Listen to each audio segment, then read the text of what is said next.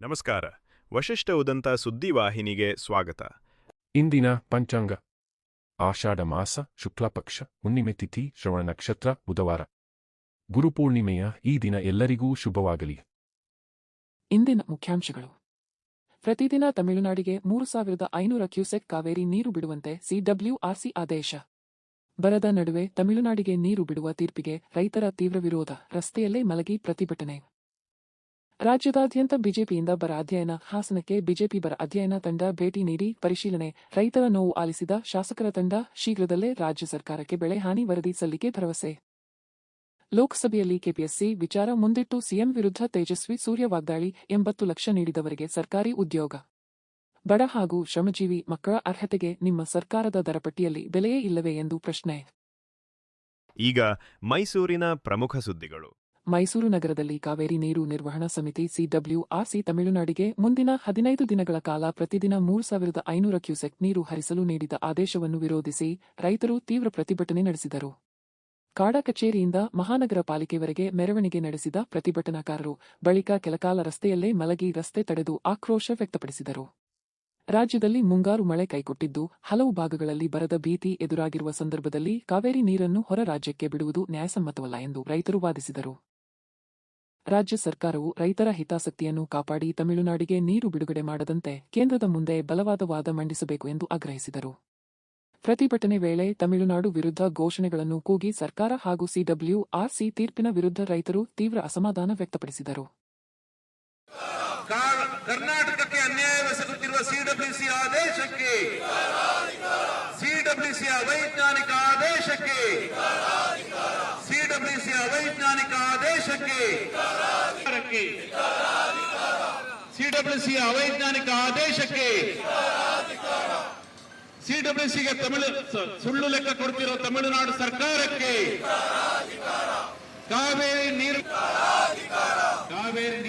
ತಮಿಳುನಾಡಿಗೆ ಕಾವೇರಿ ನೀರು ಬಿಡುಗಡೆಗೆ ಆದೇಶಿಸಿರುವ ಸಿಡಬ್ಲ್ಯೂಸಿ ಅವೈಜ್ಞಾನಿಕ ಆದೇಶಕ್ಕೆ, ಕರ್ನಾಟಕಕ್ಕೆ ಅನ್ಯಾಯವೆಸಗುತ್ತಿರುವ ಸಿಡಬ್ಲ್ಯೂಸಿ ಆದೇಶಕ್ಕೆ ಮಾಡಿ ಈ ನೀರು ನಿರ್ವಹಣೆಯನ್ನು ಉಳಿಸಿಕೊಂಡು ನಮ್ಮ ಕರ್ನಾಟಕದ ಜನರ ಹಿತವನ್ನು ಕಾಪಾಡ ಕೆಲಸ ಮಾಡಬೇಕು ಅಂತ ಹೇಳ್ತಿರ್ತಾರೆ. ಇದು ಪಂಚೇಂದ್ರಿಯಗಳು ನಿಮ್ಗೆಲ್ಲರಿಗೂ ಇದ್ರೆ ನೀವು ಗೌರವಯುತವಾಗಿ ಎಲ್ಲ ನೀರು ಕುಡಿತಿದ್ರ ಈ ಕಾವೇರಿ ಅದು. ಹಾಗಾಗಿ ಸುಮಾರು ಜನ ಹೋಯ್ತವ್ರ ಹೋಗವರು ಅವರ ಪಾಡವರು ಅವರ ಕೆಲಸದಲ್ಲಿ 1,000 ಕ್ಯೂಸೆಕ್ ನೀರನ್ನ ಬಿಡುಗಡೆ ಮಾಡಬೇಕು ಅಂತ ಸಿಡಬ್ಲ್ಯೂಸಿ ನಿನ್ನೆ ಆದೇಶ ಮಾಡಿದೆ. ಈಗ 15-20 ದಿವಸಗಳ ಹಿಂದೆ ಕೂಡ ಈ ತರದ ಯಾವುದೇ ಸನ್ನಿವೇಶಗಳು ಇರಲಿಲ್ಲ. ಯಾಕೆ ಅಂದ್ರೆ ಈ ಬಂಧುಗಳೇ, ನಾವೆಲ್ಲರೂ ಇಲ್ಲಿ ಈಗ ನಿನ್ನೆ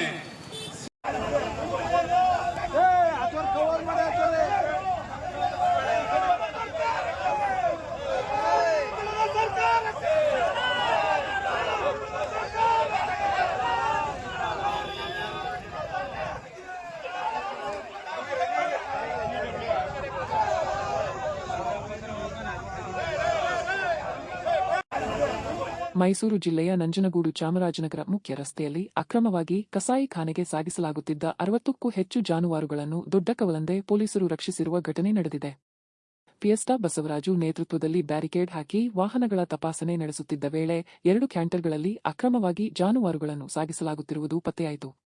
ಪೊಲೀಸರನ್ನು ಕಂಡ ತಕ್ಷಣ ಇಬ್ಬರು ಚಾಲಕರು ವಾಹನಗಳನ್ನು ಸ್ಥಳದಲ್ಲೇ ಬಿಟ್ಟು ಪರಾರಿಯಾಗಿದ್ದಾರೆ. ಈ ವೇಳೆ ಕ್ಲೀನರ್ ಆಗಿದ್ದ 43 ವರ್ಷದ ಸೈಯದ್ ಜಾವೀದ್ ಅವರನ್ನು ಕ್ಯಾಂಟರ್ ವಾಹನಗಳ ಸಮೇತ ವಶಕ್ಕೆ ಪಡೆದು ಜಾನುವಾರುಗಳನ್ನು ಸುರಕ್ಷಿತವಾಗಿ ರಕ್ಷಿಸಿದ ಪೊಲೀಸರು. ಘಟನೆ ಸಂಬಂಧ ದೊಡ್ಡಕವಲಂದೆ ಪೊಲೀಸ್ ಠಾಣೆಯಲ್ಲಿ ಪ್ರಕರಣ ದಾಖಲಾಗಿದ್ದು ಪರಾರಿಯಾಗಿರುವ ಚಾಲಕರ ಪತ್ತೆಗೆ ಪೊಲೀಸರು ಶೋಧ ಕಾರ್ಯವನ್ನು ತೀವ್ರಗೊಳಿಸಿದ್ದಾರೆ. ಈಗ ಹಾಸನದ ಪ್ರಮುಖ ಸುದ್ದಿಗಳು. ಅರಕಲಗೂಡು ತಾಲೂಕಿನಲ್ಲಿ ಬ್ಲಾಕ್ ಕಾಂಗ್ರೆಸ್ ಉಪಾಧ್ಯಕ್ಷ ದೀಪು ಅವರು ವಡ್ಡರಹಳ್ಳಿ ಪಂಚಾಯಿತಿ ಅಭಿವೃದ್ಧಿ ಅಧಿಕಾರಿಗೆ ಸಾರ್ವಜನಿಕರ ಎದುರೇ ಅವಾಚ್ಯ ಶಬ್ದಗಳಿಂದ ನಿಂದಿಸಿರುವ ಆರೋಪ ಕೇಳಿಬಂದಿದೆ. ಪಂಚಾಯಿತಿ ವ್ಯಾಪ್ತಿಯಲ್ಲಿ ಅನಧಿಕೃತವಾಗಿ ಅಳವಡಿಸಲಾಗಿದ್ದ ಬ್ಯಾನರ್ ತೆರವುಗೊಳಿಸುವ ವಿಚಾರವೇ ಈ ವಾಗ್ವಾದಕ್ಕೆ ಕಾರಣ ಎನ್ನಲಾಗಿದೆ.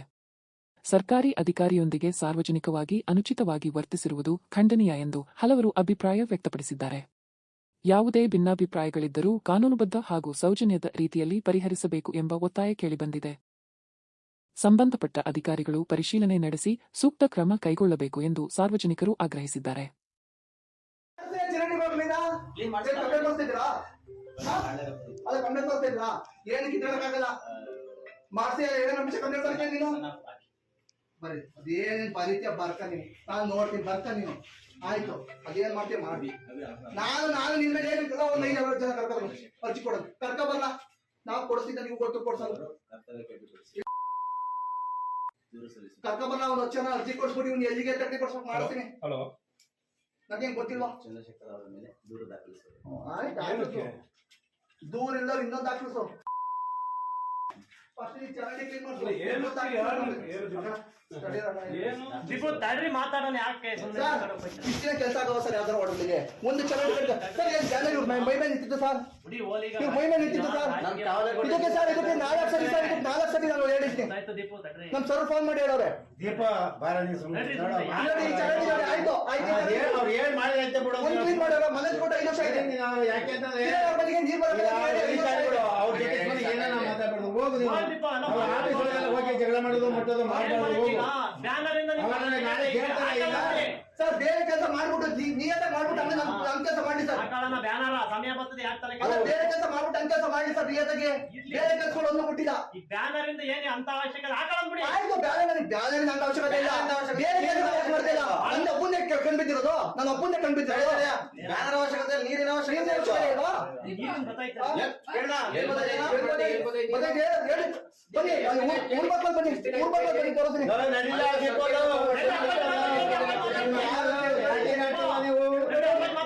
ನೀವು ಮನುಷ್ಯ ಅಲ್ಲ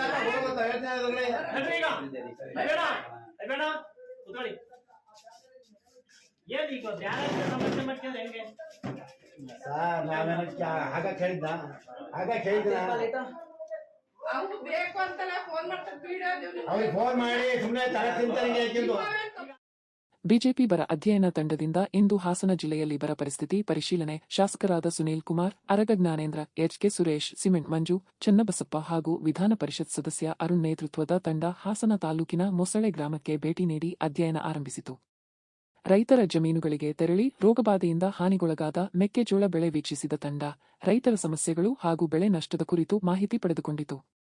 ಮುಂಗಾರು ಮಳೆ ಕೊರತೆಯಿಂದ ಉಂಟಾದ ಬರ, ಬೆಳೆ ಹಾನಿ ಮತ್ತು ಆರ್ಥಿಕ ಸಂಕಷ್ಟದ ಬಗ್ಗೆ ರೈತರು ತಮ್ಮ ಅಳಲನ್ನು ತಂಡದ ಮುಂದೆ ವ್ಯಕ್ತಪಡಿಸಿದರು. ಸಮಗ್ರ ವರದಿ ಸಿದ್ಧಪಡಿಸಿ ಶೀಘ್ರದಲ್ಲೇ ರಾಜ್ಯ ಸರ್ಕಾರದ ಗಮನಕ್ಕೆ ತರಲಾಗುವುದು ಎಂದು ತಂಡದ ಸದಸ್ಯರು ರೈತರಿಗೆ ತಿಳಿಸಿದರು.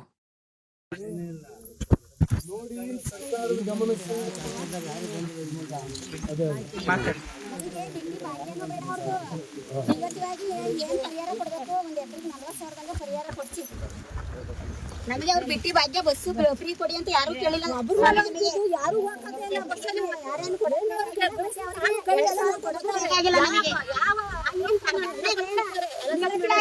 ರೈತರಿದ್ರೆ ಅವರು ತಿಂತಾರೆ, ರೈತರಿಲ್ಲ ಅಂತ ಯಾರು ಇಲ್ಲ.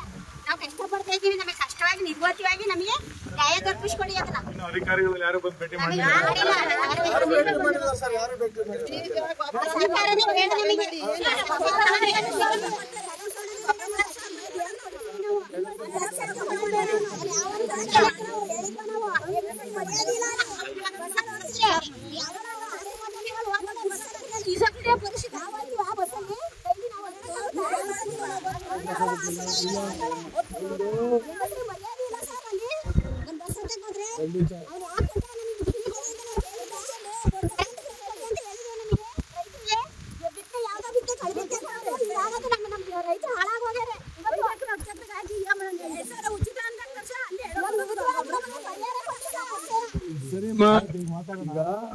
ನಾವದನ್ನೇ ನೋಡಿ ಸರ್ಕಾರದ ಗಮನಕ್ಕೆ ತರುವಂತ ಒಂದು ಪ್ರಯತ್ನಕ್ಕಾಗಿ ನಾವೆಲ್ಲ ಎಲ್ಲ ನೋಡಿ ಹೋಗ್ತೀವಿ. ನಿಮ್ ಕಷ್ಟ ಏನು ಅಂತ ಹೇಳಿ ನಮ್ಗೆ ಅರಿವು ಇದೆ. ಖಂಡಿತವಾಗೂ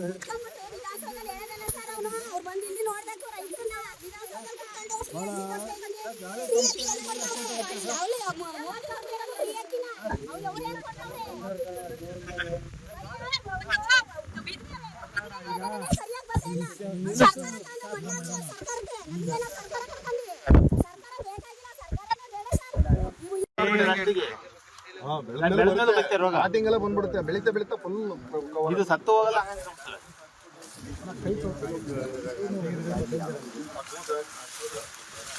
ಈಗ ಚಿಕ್ಕಮಗಳೂರಿನ ಪ್ರಮುಖ ಸುದ್ದಿಗಳು. ಕಡೂರು ತಾಲೂಕಿನ ಸಖರಾಯಪಟ್ಟಣದಲ್ಲಿ ಕಳೆದ 2 ತಿಂಗಳಿನಿಂದ 108 ಆಂಬ್ಯುಲೆನ್ಸ್ ರಿಪೇರಿಗೆ ತೆರಳಿದ್ದು ಇನ್ನೂ ಸೇವೆಗೆ ಮರಳದ ಕಾರಣ ಸಾರ್ವಜನಿಕರು ತೀವ್ರ ಸಂಕಷ್ಟ ಎದುರಿಸುತ್ತಿದ್ದಾರೆ. ತುರ್ತು ವೈದ್ಯಕೀಯ ಸೇವೆ ಅಗತ್ಯವಿರುವ ರೋಗಿಗಳನ್ನು ಬೇರೆ ವಾಹನಗಳಲ್ಲಿ ಸಾಗಿಸಬೇಕಾದ ಪರಿಸ್ಥಿತಿ ನಿರ್ಮಾಣವಾಗಿದೆ ಎಂದು ಸ್ಥಳೀಯರು ಆರೋಪಿಸಿದ್ದಾರೆ. ಜೀವ ಉಳಿಸಬೇಕಾದ 108 ಆಂಬ್ಯುಲೆನ್ಸ್ವೇ ಲಭ್ಯವಿಲ್ಲದಿರುವುದು ಸಾರ್ವಜನಿಕರ ಆಕ್ರೋಶಕ್ಕೆ ಕಾರಣವಾಗಿದೆ. ಈ ಹಿನ್ನೆಲೆಯಲ್ಲಿ ತಕ್ಷಣವೇ 2 ಹೊಸ ಆಂಬ್ಯುಲೆನ್ಸ್ಗಳನ್ನು ಮಂಜೂರು ಮಾಡಬೇಕು ಎಂದು ಒತ್ತಾಯಿಸಿ ಪ್ರತಿಭಟನಾ ಮೆರವಣಿಗೆ ನಡೆಸಿದ ಸ್ಥಳೀಯರು ಜಿಲ್ಲಾ ಆರೋಗ್ಯಾಧಿಕಾರಿ ಡಿಎಚ್ಒ ಅವರಿಗೆ ಮನವಿ ಸಲ್ಲಿಸಿದ್ದಾರೆ.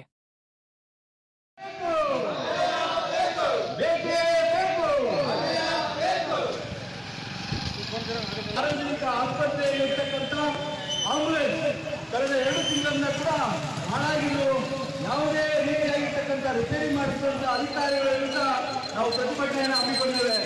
ಒಂದು ವೇಳೆ ನಾವು ಚಿಕ್ಕಮಗಳೂರು ಹೋಗ್ಬೇಕಾದ್ರೆ ಸುಮಾರು 24-25 ಕಿಲೋಮೀಟರ್ ಆಗುತ್ತೆ. ಕಡೂರು ಹೋಗ್ಬೇಕಾದ್ರೆ ಸುಮಾರು 20 ಕಿಲೋಮೀಟರ್ ಆಗುತ್ತೆ. ರಸ್ತೆಯ ಮಧ್ಯದಲ್ಲಿ ಯಾವುದಾದ್ರೂ ಅಪಘಾತಗಳು ಸಂಭವಿಸುವಂತಹ ಸಂದರ್ಭದಲ್ಲಿ ಯಾರು ಇದಕ್ಕೆ ಜವಾಬ್ದಾರಿ ಅಂತಕ್ಕಂಥ ಪ್ರಶ್ನೆಯನ್ನ ಏನಿವತ್ತು ಭ್ರಷ್ಟ ಅಧಿಕಾರಿಗಳು ಎಸಿ ರೂಮಲ್ಲಿ ಕೂತ್ಕೊಂಡು ಜನರ ಕಷ್ಟವನ್ನ ಆಲಿಸ್ತಾ ಇರ್ತಕ್ಕಂಥ ಭ್ರಷ್ಟ ಅಧಿಕಾರಿಗಳ ವಿರುದ್ಧ ನಾವು ಇವತ್ತು ಹೋರಾಟವನ್ನು ಹಮ್ಮಿಕೊಂಡಿದ್ದೇವೆ. ಒಂದು ಕಡೆ ಕಳೆದ 2 ತಿಂಗಳಿಂದ ಆಂಬುಲೆನ್ಸ್ ಹಾಳಾಗಿದ್ರು ಕೂಡ ರಿಪೇರಿ ಮಾಡಿಸಿರ್ತಕ್ಕಂಥದ್ದು ವಿವಿಧ ಪತ್ರಿಕೆಯಲ್ಲಿ ಪ್ರಕಟ ಆಗ್ತಾ ಇದೆ. ಸುಮಾರು ವಿಜಯ ಕರ್ನಾಟಕ ಪತ್ರಿಕೆಯಲ್ಲಿ ಸುಮಾರು 2-3 ದಿನಗಳ ಹಿಂದೆ ಪತ್ರಿಕೆಯಲ್ಲಿ ಪ್ರಕಟ ಆಯಿತು ಆಂಬುಲೆನ್ಸ್ ರಿಪೇರಿ ಮಾಡಿಸಿದ ಅಂತೇಳಿ. ಆದ್ರೆ ಇವತ್ತೇನಾದ್ರೂ ಸಕ್ರೆಪಡೆಯಲ್ಲಿ ಅಪಘಾತಗಳು ಸಂಭವಿಸಿದ್ರೆ ಇವತ್ತು ಸಾವು ಉಂಟಾಗಿರ್ತಕ್ಕಂಥ ಸಂಭವ ಜಾಸ್ತಿ ಇದೆ. ಇವತ್ತೇನಾದ್ರೂ ಅನಾಹುತ ಆದ್ರೆ ಚಿಕ್ಕಮಗಳೂರು ಹೋಗುವಷ್ಟರಲ್ಲಿ ಸಾವನ್ನ ನಾವು ಕಾಣಬೇಕಾಗುತ್ತೆ ಅಂತ ಸಕ್ರೆಪಟ್ಟಣ ಸುತ್ತಮುತ್ತಲಿನ ಜನ. ಹಾಗಾಗಿ ಇವತ್ತು ಒಂದು ಹೋರಾಟದ ಮುಖೇನ ಅಧಿಕಾರಿಗಳಿಗೆ ಎಚ್ಚರಿಕೆಯನ್ನು ಕೊಡಬೇಕು ಅಂತಕ್ಕಂಥ ನಿರ್ಧಾರವನ್ನು ಮಾಡಿ ನಾವೆಲ್ಲ ಇವತ್ತು ಹೋರಾಟವನ್ನು ಹಮ್ಮಿಕೊಂಡಿದ್ದೇವೆ. ಒಂದು ವೇಳೆ ನೀವು ಸಹಕಾರ ಬೇಕಾಗಿದೆ. ಇವತ್ತು ನಮ್ಮ ಸಂಘಟನೆಯಲ್ಲಿ ಆಡಳಿತ ಸಂಪೂರ್ಣವಾಗಿ ಹೊರಗಟ್ಟಿದೆ. ಜನಗಳ ಸಮಸ್ಯೆಯನ್ನು ಕೇಳ್ತಕ್ಕಂಥ ಜನ ಇದ್ದೇ ಇರ್ತಕ್ಕಂಥ ಪರಿಸ್ಥಿತಿಯಲ್ಲಿ ಬದುಕ್ತಾ ಇದ್ದೀವಿ. ಆಂಬುಲೆನ್ಸ್ 2 ತಿಂಗಳಾದ್ರೂ ಕೂಡ ಇವತ್ತು ರಿಪೇರಿ ಮಾಡಿಸಲೇ ಇರ್ತಕ್ಕಂಥ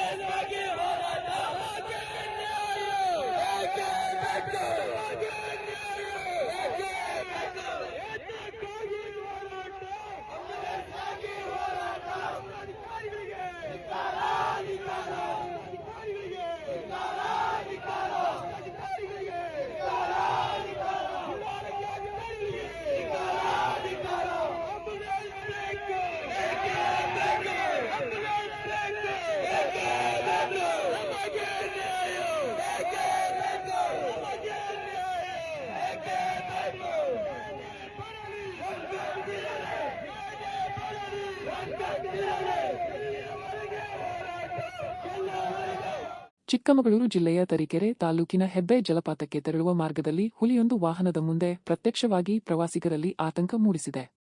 ಭದ್ರಾ ಅಭಯಾರಣ್ಯದ ತಣಿಗೆಬೈಲ್ ವಲಯದಲ್ಲಿ ನಡೆದ ಈ ಘಟನೆ ವೇಳೆ ಹುಲಿ ಯಾವುದೇ ಭಯವಿಲ್ಲದೆ ಕುಂಟುತ್ತಾ ರಸ್ತೆ ಮೇಲೆ ಬಹಳ ಹೊತ್ತು ನಿಂತು ನಂತರ ನಿಧಾನವಾಗಿ ಕಾಡಿನೊಳಗೆ ತೆರಳಿದೆ.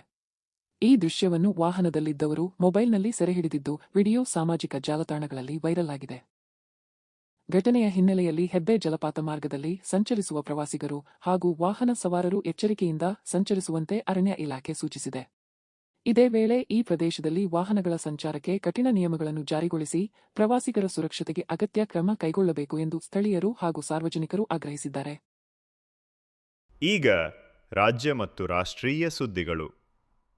ಕಾವೇರಿ ನೀರನ್ನು ತಮಿಳುನಾಡಿಗೆ ಮುಂದಿನ 15 ದಿನಗಳ ಕಾಲ ಪ್ರತಿದಿನ 3,500 ಕ್ಯೂಸೆಕ್ ಹರಿಸಲು ಸಿಡಬ್ಲ್ಯೂಆರ್ಸಿ ನೀಡಿರುವ ಆದೇಶವನ್ನು ಖಂಡಿಸಿ ಕರ್ನಾಟಕ ರಕ್ಷಣಾ ವೇದಿಕೆ ಕರವೇ ಯಲಹಂಕದಲ್ಲಿ ಭಾರೀ ಪ್ರತಿಭಟನೆ ನಡೆಸಿತು. ಪ್ರತಿಭಟನಾಕಾರರನ್ನು ವಶಕ್ಕೆ ಪಡೆದ ಪೊಲೀಸರು ಪ್ರತಿಭಟನೆಯಲ್ಲಿ ರಾಜ್ಯದಲ್ಲಿ ಬರದ ಪರಿಸ್ಥಿತಿ ಎದುರಾಗಿರುವಾಗ ತಮಿಳುನಾಡಿಗೆ ನೀರು ಬಿಡುವುದು ಸರಿಯಲ್ಲ ಎಂದು ಆಕ್ರೋಶ ವ್ಯಕ್ತಪಡಿಸಲಾಯಿತು. ತಮಿಳುನಾಡಿನ ಪರ ಲಾಬಿಗೆ ಸರ್ಕಾರ ಮಣಿಯಬಾರದು ಎಂದು ಎಚ್ಚರಿಕೆ ನೀಡಿದ ನಾರಾಯಣಗೌಡ, ಅಗತ್ಯವಿದ್ದರೆ 1991ರ ಕಾವೇರಿ ಹೋರಾಟವನ್ನು ನೆನಪಿಸುವ ರೀತಿಯ ಹೋರಾಟ ನಡೆಸಬೇಕಾಗಬಹುದು ಎಂದು ಎಚ್ಚರಿಸಿದರು. ರಾಜ್ಯ ಸರ್ಕಾರ ರೈತರ ಹಿತಾಸಕ್ತಿಯನ್ನು ಕಾಪಾಡಬೇಕು ಎಂದು ಒತ್ತಾಯಿಸಿದರು.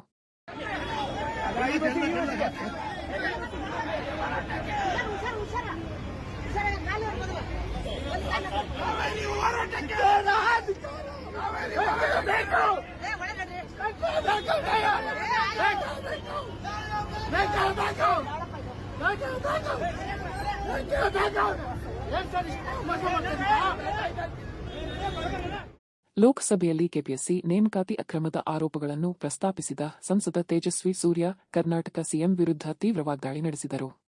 ಕನ್ನಡದಲ್ಲೇ ಮಾತನಾಡಿದ ಅವರು, ನೀಟ್ ಪ್ರಶ್ನೆ ಪತ್ರಿಕೆ ಸೋರಿಕೆ ವಿಚಾರವಾಗಿ ದೆಹಲಿಗೆ ಬಂದು ಪ್ರತಿಭಟನೆ ನಡೆಸುವ ಡಿಕೆಶಿ, ರಾಜ್ಯದಲ್ಲಿ ಕೆಪಿಎಸ್ಸಿಯಲ್ಲಿ ನಡೆದಿದೆ ಎನ್ನಲಾದ ಅಕ್ರಮಗಳು ಕಾಣಿಸುತ್ತಿಲ್ಲವೇ ಎಂದು ಪ್ರಶ್ನಿಸಿದರು. ಕರ್ನಾಟಕದಲ್ಲಿ ಕೆಪಿಎಸ್ಸಿಯನ್ನು ಬಟಾಬಯಲಾಗಿ ಹರಾಜು ಮಾರುಕಟ್ಟೆ ಮಾಡಿರುವುದು ಅನ್ಯಾಯ ಅಂತ ಅನ್ನಿಸುವುದಿಲ್ಲವೇ? 80 ಲಕ್ಷ ರೂಪಾಯಿ ಚೆಲ್ಲಿದವರಿಗೆ ಮಾತ್ರ ಸರ್ಕಾರಿ ಹುದ್ದೆ ಎನ್ನುವುದಾದರೆ ಹಗಲಿರುಳು ಕಷ್ಟಪಟ್ಟು ಓದುವ ಬಡ ಮತ್ತು ಶ್ರಮಜೀವಿ ಮಕ್ಕಳ ಭವಿಷ್ಯವೇನು? ಅವರ ಅರ್ಹತೆಗೆ ನಿಮ್ಮ ಸರ್ಕಾರದ ದರಪಟ್ಟಿಯಲ್ಲಿ ಬೆಲೆಯೇ ಇಲ್ಲವೇ ಎಂದು ಪ್ರಶ್ನಿಸಿದರು. ಕೇವಲ ಕೆಪಿಎಸ್ಸಿ ಅಧ್ಯಕ್ಷರನ್ನು ಅಮಾನತುಗೊಳಿಸುವುದರಿಂದ ಪ್ರಕರಣದ ಕಳಂಕ ದೂರವಾಗುವುದಿಲ್ಲ ಎಂದ ಅವರು, ಲಕ್ಷಾಂತರ ನಿರುದ್ಯೋಗಿ ಯುವಕರ ಮತ್ತು ಅವರ ಕುಟುಂಬಗಳ ಭವಿಷ್ಯದ ಜೊತೆ ಚೆಲ್ಲಾಟವಾಡಬೇಡಿ ಎಂದು ವಾಗ್ದಾಳಿ ನಡೆಸಿದರು. ಸಂಪೂರ್ಣ ಹಾಗೂ ಪಾರದರ್ಶಕ ತನಿಖೆ ನಡೆಸಿ ತಪ್ಪಿತಸ್ಥರ ವಿರುದ್ಧ ಕಠಿಣ ಕ್ರಮ ಕೈಗೊಳ್ಳಬೇಕು ಎಂದು ಆಗ್ರಹಿಸಿದರು.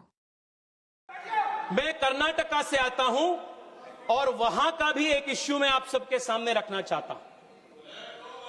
अध्यक्ष जी, आपके अनुमति से 2 वाक्य मैं कन्नड़ में बोलता हूं. ನಮ್ಮ ಮುಖ್ಯಮಂತ್ರಿಗಳು ಬೆಂಗಳೂರಿನಿಂದ ಡೆಲ್ಲಿಗೆ ಬಂದು ನೀಟ್ ವಿದ್ಯಾರ್ಥಿಗಳಿಗೆ ಅನ್ಯಾಯ ಆಯಿತು ಅಂತ ಇಲ್ಲಿ ಹೋರಾಟ ಮಾಡ್ತಾರೆ.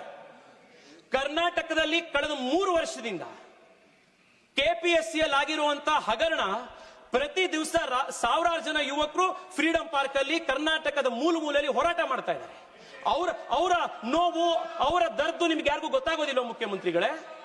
ನಾನು ಮುಖ್ಯಮಂತ್ರಿಗಳಿಗೆ ಕೇಳಲಿಕ್ಕೆ ಇಚ್ಛೆ ಪಡ್ತೀನಿ, ಕೆಪಿಎಸ್ಸಿಯಲ್ಲಿ ಒಂದು 10 ದಿವಸದ ಹಿಂದೆ ಕೆಪಿಎಸ್ಸಿಯ ಚೇರ್ಮನ್ ಅನ್ನ ಗವರ್ನರ್ ಸಸ್ಪೆಂಡ್ ಮಾಡಿದ್ದಾರೆ. ಯಾಕೆ ಮಾಡಿದ್ರು? ಅವರ ಮಕ್ಕಳನ್ನ, 2 ಹೆಣ್ಣು ಮಕ್ಕಳು, ಅವರಿಗೆ ಯಾರು ಕೆಪಿಎಸ್ಸಿ ಚೇರ್ಮನ್ ಅವರಿಗೆ ಫೇಕ್ ಸರ್ಟಿಫಿಕೇಟ್ ಮಾಡಿ ಕೆಪಿಎಸ್ಸಿ ಚೇರ್ಮನ್ ಅವರಿಗೆ ಕೆಲಸ ಕೊಡಿಸಿದ್ದಾರೆ. ಮೊನ್ನೆ ವೆಟರ್ನರಿ ಕಾಲೇಜಿನಲ್ಲಿ ವೆಟರ್ನರಿ ಆಫೀಸರ್ಸ್ ಗಳದ್ದು ಎಕ್ಸಾಮ್ ನಲ್ಲಿ 80 ಲಕ್ಷ ರೂಪಾಯಿ ಪರ್ ಸೀಟಿಗೆ ಹರಾಜ್ ಹಾಕಿ ಕೆಪಿಎಸ್ಸಿ ಇವತ್ತು ಸೀಟ್ ಕೊಟ್ಟಿದೆ. ಅಧ್ಯಕ್ಷರೇ, ಒಂದೇ ಒಂದು ನಿಮಿಷ. ನಮ್ಮ ತಂದೆ ಬೆಂಗಳೂರಿಗೆ ಚಿಕ್ಕಮಗಳೂರಿನಿಂದ ಬಂದಾಗ ತಲೆಯಲ್ಲಿ ಕೈಯಲ್ಲಿ ಕನಸು ಬಿಟ್ರೆ ಅವ್ರ ಕೈಯಲ್ಲಿ ಏನೂ ಇರಲಿಲ್ಲ. ಕೆಪಿಎಸ್ಸಿ ಪರೀಕ್ಷೆ ಬರೆದು ಇವತ್ತವರು ಸರ್ಕಾರದಲ್ಲಿ ಅಧಿಕಾರಿ ಆದ್ರು. ಇವತ್ತು ಅವ್ರ ಮಗ, ನಾನು ಇವತ್ತು MP ಆಗಿ ಇಲ್ಲಿ ಬಂದಿದ್ದೀನಿ. ಎಷ್ಟೋ ಜನ ಕೆಪಿಎಸ್ಸಿ ಎಕ್ಸಾಮ್ ನಲ್ಲಿ ಫೇಲ್ ಆಗಿರುವಂತ, ಅನ್ಯಾಯಕ್ಕೊಳಗಾಗಿರುವಂತವರ ಧ್ವನಿಯಾಗಿರೋದು ನನ್ನ ಕರ್ತವ್ಯ. ನಾನು ಅದನ್ನ ಇವತ್ತು ಮಾತಾಡ್ತಾ ಇದ್ದೀನಿ. ಮುಖ್ಯಮಂತ್ರಿಗಳಿಗೆ ನಾನು ಕೇಳ್ತೀನಿ, ನ್ಯಾಯ ಅನ್ನೋದು 2 ವೇ ಸ್ಟ್ರೀಟ್. ಮುಖ್ಯಮಂತ್ರಿಗಳೇ, ಡೆಲ್ಲಿಲಿ ಬಂದು ನೀಟ್ ಪರೀಕ್ಷೆಯಲ್ಲಿ ನ್ಯಾಯ ನೀವು ಕೇಳ್ತೀರಿ ಅಂತಂದ್ರೆ ನಮ್ಮ ಕೆಪಿಎಸ್ಸಿ ಇರುವಂತಹ ಪರೀಕ್ಷೆ ಇರುವಂತ ಮಕ್ಕಳಿಗೂ ಕೊಡ್ಬೇಕು. ಮತ್ತೊಮ್ಮೆ ಮುಖ್ಯಾಂಶಗಳು. ಪ್ರತಿದಿನ ತಮಿಳುನಾಡಿಗೆ 3,500 ಕ್ಯೂಸೆಕ್ ಕಾವೇರಿ ನೀರು ಬಿಡುವಂತೆ CWRC ಆದೇಶ. ಬರದ ನಡುವೆ ತಮಿಳುನಾಡಿಗೆ ನೀರು ಬಿಡುವ ತೀರ್ಪಿಗೆ ರೈತರ ತೀವ್ರ ವಿರೋಧ, ರಸ್ತೆಯಲ್ಲೇ ಮಲಗಿ ಪ್ರತಿಭಟನೆ. ರಾಜ್ಯದಾದ್ಯಂತ ಬಿಜೆಪಿಯಿಂದ ಬರ ಅಧ್ಯಯನ. ಹಾಸನಕ್ಕೆ ಬಿಜೆಪಿ ಬರ ಅಧ್ಯಯನ ತಂಡ ಭೇಟಿ ನೀಡಿ ಪರಿಶೀಲನೆ. ರೈತರ ನೋವು ಆಲಿಸಿದ ಶಾಸಕರ ತಂಡ. ಶೀಘ್ರದಲ್ಲೇ ರಾಜ್ಯ ಸರ್ಕಾರಕ್ಕೆ ಬೆಳೆ ಹಾನಿ ವರದಿ ಸಲ್ಲಿಕೆ ಭರವಸೆ. ಲೋಕಸಭೆಯಲ್ಲಿ ಕೆಪಿಎಸ್ಸಿ ವಿಚಾರ ಮುಂದಿಟ್ಟು ಸಿಎಂ ವಿರುದ್ಧ ತೇಜಸ್ವಿ ಸೂರ್ಯ ವಾಗ್ದಾಳಿ. 80 ಲಕ್ಷ ನೀಡಿದವರಿಗೆ ಸರ್ಕಾರಿ ಉದ್ಯೋಗ. ಬಡ ಹಾಗೂ ಶ್ರಮಜೀವಿ ಮಕ್ಕಳ ಅರ್ಹತೆಗೆ ನಿಮ್ಮ ಸರ್ಕಾರದ ದರಪಟ್ಟಿಯಲ್ಲಿ ಬೆಲೆಯೇ ಇಲ್ಲವೇ ಎಂದು ಪ್ರಶ್ನೆ. ಇಲ್ಲಿಗೆ ಇಂದಿನ ವಾರ್ತಾ ಪ್ರಸಾರ ಮುಕ್ತಾಯವಾಯಿತು. ಧನ್ಯವಾದಗಳು. ಈ ದಿನ ಎಲ್ಲರಿಗೂ ಶುಭವಾಗಲಿ.